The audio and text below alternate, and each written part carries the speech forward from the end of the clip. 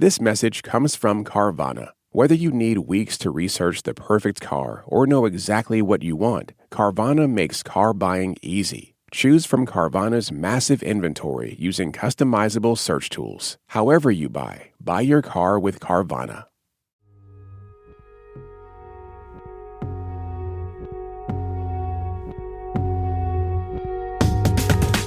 Hey everybody, it's Julie Kane. I'm the showrunner and one of the editors on Throughline, and we're going to do something kind of special today.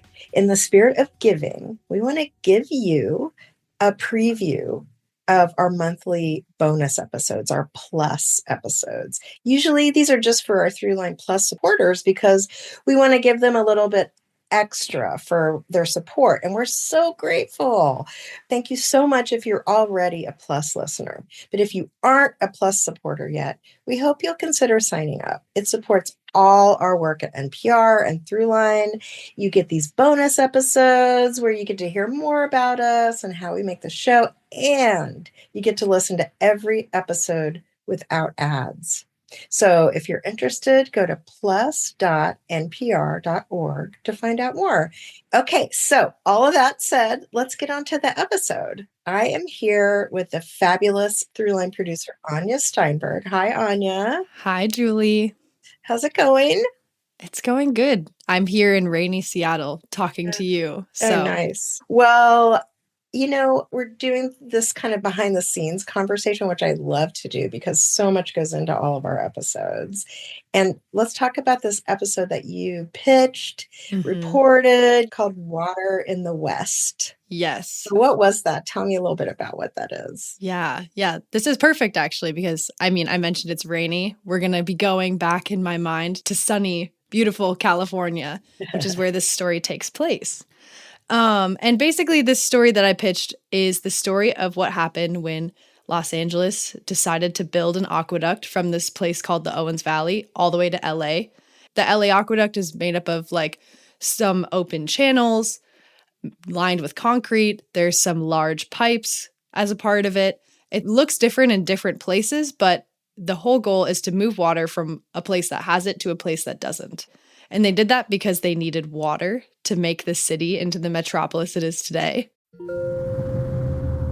Are you going to leave this water here for 5,000 people in this, isolated mountain valley? Or are you going to let it go to Los Angeles where 100 or 200,000 people are going to make use of it and we're going to have a metropolis? Which would you choose? If your principle is utilitarianism, using a resource for the most people for the most good, then it's an easy call to say, Los Angeles, you're going to get the water. And so the Owens Valley, we're told, sorry, folks, more people down there, they have the money, they own the water already. We are going to permit LA to do this. And so that's what happened. But when they did that, it had unintended consequences on a variety of levels. It made people in the valley mad. It affected the environment. There's all this kind of drama that plays out after the aqueduct opens. So that's what this episode is about.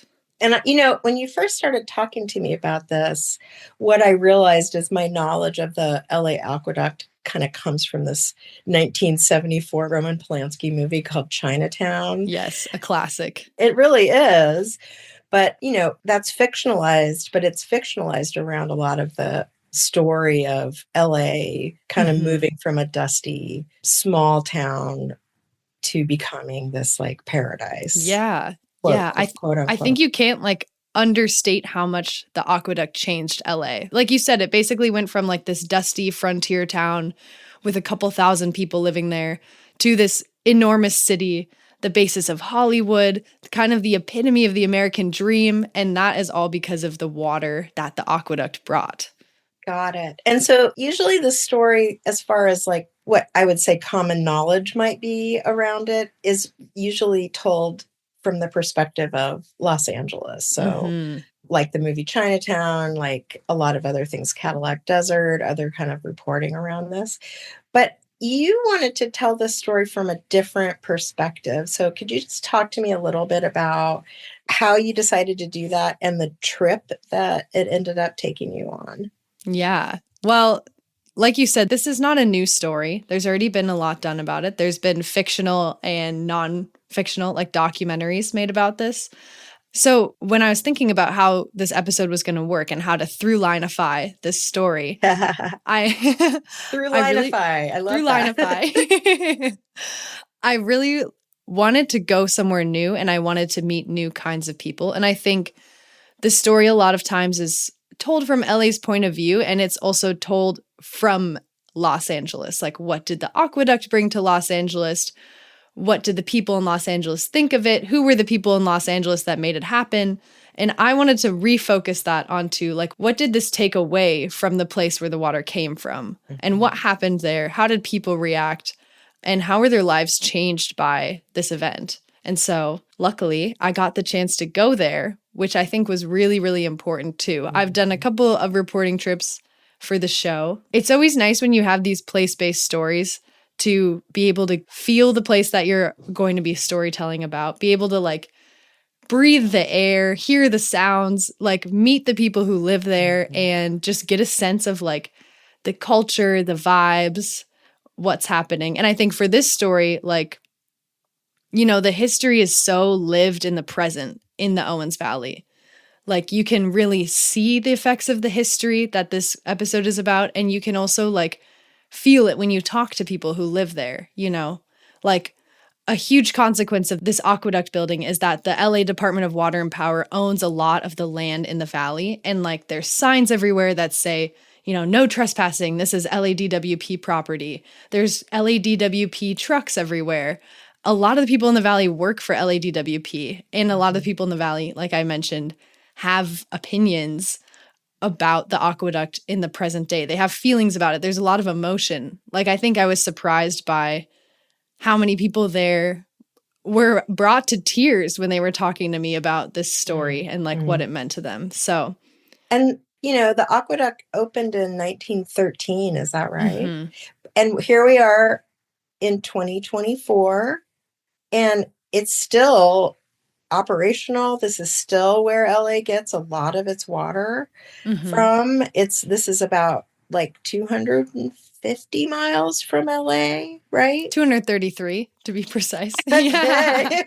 By aqueduct. That's how long the aqueduct is. Yeah. And so, I mean, it's really interesting to think about, like, this is still there, first of all, and that this is still a living story. Not all histories, not everything we tell is contemporary and still happening. But this one really is. So that's really, really interesting. So, okay, so you drove. Where did you go to tell the story? Well, I started in the Bay Area in Oakland, and I drove the 7 hours on paper to the Owens Valley. And I say on paper because I'm a really slow driver. So it actually took me like 10. That's embarrassing to admit, but everyone who knows me knows that I'm a grandma behind the wheel. So I took my time, and it's one of the most beautiful drives I've ever done in my life. The Owens Valley it's in Eastern California. It's bordered by the Sierra Nevada mountains. It's very close to Yosemite. It's just gorgeous. And you basically drive through Yosemite to get there. So the roads are extremely hilly, very twisty, very turny. There were a lot of points that I had to pull over and just like breathe for a second. Right. So it's a bit precarious, but it was also gorgeous. And you pass through just a lot of classic California forests, cool mountain air, beautiful streams. And so all that water is snowmelt, basically, from the mountains, right? From the Sierra Mountains. Yes. And I was there in the late spring. So I feel like it was a time when the snowmelt was just starting to melt. Ah, interesting. Oh, I didn't think about that. Yeah. So you can kind of get a sense probably from your drive, just like what kind of rugged terrain, you know, they were looking at in 1800s. Right. And I'm driving a car on roads, and they were building the aqueduct using mule-powered machinery. So it is crazy to think of. All this year, NPR traveled the country, hearing from voters not just about the issues, but about their hopes for the country's future. We should be able to disagree with each other without bullying each other into submission. and what it means to be a part of a democracy. Invest in coverage that moves us forward together by giving today at donate.npr.org. Hi, I'm Ramteen Arablouei from Throughline. Electricity, internet, cell service, all the things we rely on every day can be unreliable or inaccessible in an emergency. But through any storm or crisis, radio is a lifeline. Support the resource that's here for you no matter what. Give today at donate.npr.org. Hi, I'm Catherine Marr, CEO of NPR, where we're guided by a bold mission to create a more informed public. Join us today by giving at donate.npr.org. Ho, ho, ho! Santa here, coming to you from the North Pole, where the elves in our podcast division have just completed work on this season's best gift for public radio lovers, NPR Plus. Give the gift of sponsored free listening and even bonus episodes from your favorite NPR podcasts, all while supporting public media. Learn more at plus.npr.org. Donald Trump promised to change Washington, D.C., a place where there's an old saying that personnel is policy. That's why we have created a new podcast called Trump's Terms, where you can follow NPR's coverage of the incoming Trump administration, from his cabinet secretaries to political advisors and top military leaders, to understand who they are, what they believe, and how they'll govern. Listen to Trump's Terms from NPR. About. So let's look at some of the people that you met, especially in the Owens Valley. So one of the people I think you met is a man named Noah Williams. Mm-hmm. So can you just talk to me a little bit about how you connected with him in the first place, what it was like to hang out with him, and what were your impressions of the landscape walking around with him? So I met Noah at an event that I went to in the Valley. This was my first day there. And it was an event being hosted by something called the Owens Valley Indian Water Commission.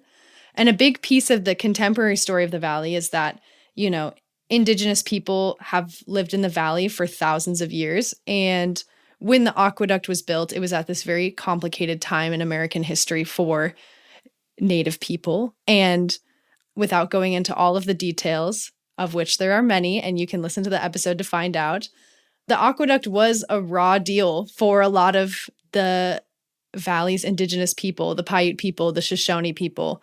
And they still live there today. There are several reservations in the Valley, and they still have a lot of negotiating that they want to do with LADWP. They believe that their water rights are not being respected in the modern day. They believe they are owed more from LADWP, and they believe LADWP is doing environmental harm to the Valley through the operation of the Los Angeles Aqueduct. Mm-hmm. So I was at an event hosted by this commission to basically raise awareness for residents of LA about the LA Aqueduct and the history. So they invite like groups of people from Los Angeles to come on like a weekend-long retreat, and they walk around, they have presentations.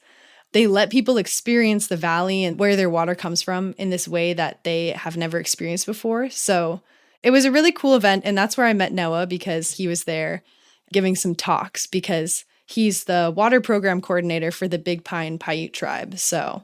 And what was it like for you to sort of be there after you'd been researching and Yes. reading and watching documentaries, et cetera, and then you're actually in the place? So. Yeah, because I had arrived in the dark after my 10-hour drive. Driving to this event in the morning was kind of my first glimpse of the Valley in its totality. And it was just breathtaking. I mean, there's like one major highway that runs through the whole thing. And then all around you is just this vast expanse of like beauty. I don't know how else to put it, but there's mountains on all sides with these huge, jagged, snow-covered peaks. There's like desert scrub vegetation, which there's not a lot of buildings because Los Angeles Department of Water and Power, like I said, owns a lot of the land, and they keep it undeveloped because they're not really interested in the land. They're more interested in the water rights associated with the land. So it's essentially just like mostly empty of buildings. So you can see all around you. And when I got to this event and I met Noah, off the bat, he was just very, very intently focused on like telling me his story and the story of the valley and the story of his people. And so I mean, I spent like an hour with him that day just grilling him on this hike that we went on, which kudos to him, because hiking and talking is a whole other can of worms. And he was a very good sport about that. So I met him on this hike, and then we arranged to meet up later that week so that he could show me some traces of his ancestors, these ancient irrigation ditches that exist all over the valley that Paiute and Shoshone people used to irrigate the valley before the Los Angeles aqueduct existed. It's really interesting to me to think about like that water, that resource has been manipulated by human beings for a long time. Mm-hmm. So to see like how was it used by Native people and how is it being used now by the city of Los Angeles is really interesting to sort of like compare and just see like what's some of the technology that's used, what is it, and what is it that you see in the landscape once you know what you're looking for. And that was exactly my experience. I went on this hike with him and I was being skeptical about what I would see. And at first on the hike, I honestly didn't get it. He kept pointing out these things and he was like, this is a ditch. And I was like, what are we looking at? Like, I kept having to have him like describe or like literally go stand where he was talking about like, this is the middle of the ditch. And I was like, okay, I think I see it. But as we kept going on this walk, like it started to click into place for me. And I could see like these ditches are sometimes very deep and well preserved. And sometimes they're just like this faint whisper on the land almost, which is almost cooler to me that he can pick this out and that this has been mapped out by him and others from the tribe. But it was just crazy to see, like, once the ditch starts to like pop out of the landscape at you, how they like turn and swoop, the kind of the engineering that was created to move the water without any sort of like pumping power machinery. It is in a way reminiscent of the LA aqueduct itself, because the LA aqueduct runs on gravity. There's no pumps. So I feel like similar ideas were going on when the Paiute and Shoshone people designed their irrigation ditches. As a former environmental science major in college, I was really like nerding out about how they manipulated and used this water in a way that like changed the landscape to their betterment and also like fed into the natural water cycle of the valley. You know, the snow would melt off the mountains and run through these ditches across the valley. And all the while they're irrigating the land. So it's not like irrigation like we grow corn in these massive rows. It was more just like soaking water into various parts of the land so that flora and fauna would grow, trees, grasses, and animals would come. Animals that you could eat, like plants that you could eat would grow. And then, you know, the water soaks through the ground and recharges the water table. And so that is like how the water cycle works. It cycles through the landscape. So it was very, very cool to see that in action. And then to also see in the modern day, and in the absence of that system, and in the presence of a system where the LA aqueduct is taking water out of the valley, never to return, like how that has changed what the landscape looks like. You know, it's dry, it's dusty, it's deserty. It was hard to imagine what Noah was talking about when he was describing what it would have looked like in the past. And so there's another person there that you hung out with. Tell me a little bit about Richard Potashen. Richard, he was one of my favorite people that I met. He's just so kooky, so himself, very like California hippie character. When I met him, he rolled up in this big red pickup truck with all these bumper stickers on the back. Like one of them I remember seeing was LA sucks, the Owens Valley dry, like, which I thought was funny. And he was wearing this like long sleeve tie-dye shirt that said furry hippie on it. He has like kind of shoulder length white hair that's a little bit all over the place. And the kind of person that he is just the kind of person that's very chatty, can talk your ear off. And actually, when we were like in the parking lot getting ready to leave, he like struck up this conversation with these other people in the parking lot. And we just stood there for 10 minutes. Like I was checking my watch, like, are we going to get out on the road? And he's talking their ear off about Owens Valley this, Owens Valley that. You should go here. It was just a cute experience. And what does he do? Why were you talking to him? He's a longtime resident of the Valley. And this history of the aqueduct is like a little bit of a passion project of his. Like he showed up with a stack of books and they had all of these sticky notes sticking out of them. And they were just books about the Valley's history and about the aqueduct's history. And he was like using them to reference pictures and notes and things while we were talking. So this is definitely something he cares about and he has researched for a long time, which is why I wanted to talk to him. So with both Noah and Richard, you were out in the field in their, in their valley, and you went on sort of, I don't know if I would call them adventures, but you went. Yes, you went on. I mean, maybe you went on. They were adventures. Yeah, especially with Richard. Yeah, tell me about that. Yeah, a little bit of this is in the episode, but we had this grand plan to go see like the main sites of the aqueduct, the place where it begins, and a couple of historical sites along the way. And a lot of these sites are located down these service roads because obviously the aqueduct is still in operation. So LADWP uses these service roads. And we turn onto them. It's very bumpy dirt gravel road. And we very quickly come up against this fence that is seemingly locked. And an outtake from the episode is just the expletives that Richard let out when he thought that our whole day might be foiled by this padlocked fence. But it turns out there was no lock on it. It was just a chain wrapped around the fence. So we just unwrapped the chain and shrugged our shoulders and drove through. And that was how we ended up at the place where the Los Angeles Aqueduct begins, also known as the Aqueduct Intake. I mean, this is something you and I talked about a lot as we were working on this and conceptualizing it. Like, what is this about? What is it really about? And what is it really, really about? Really, really, really about. And I know one of the things that we talked about is this idea of that Roosevelt sort of, we have to make decisions based on the greatest good for the greatest number. Mm-hmm. How do you think about the idea of the greatest good for the greatest number? I think it's an extremely complex moral question. I think you and I came into this episode kind of from different viewpoints. I actually appreciated that because I think that tension helped shape the episode where we were both trying to talk to each other about this and talk through what we thought of this moral question. And that kind of push and pull is really at the heart of the episode.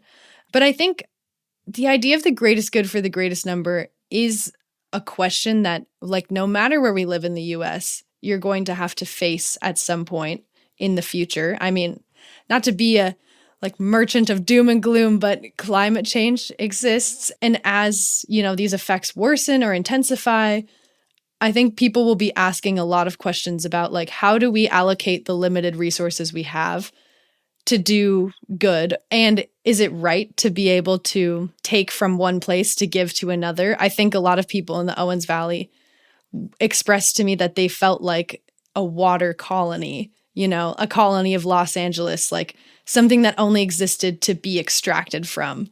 And I think that is the flip side of the greatest good for the greatest number. Because on one hand, when you have need and you want to address that need, I think there's very real humanitarian reasons why we should help people. Mm-hmm. And sometimes taking resources from one place to the other is the way to do that. But that always has an effect downstream. Right. Pardon my pun. Yeah. But yeah. So if anything, working on this episode made me more confused about what I think of that sentiment. But it is a really interesting way to engage with this moral question that we're all going to be grappling with. And a lot of places outside of California already do in different ways.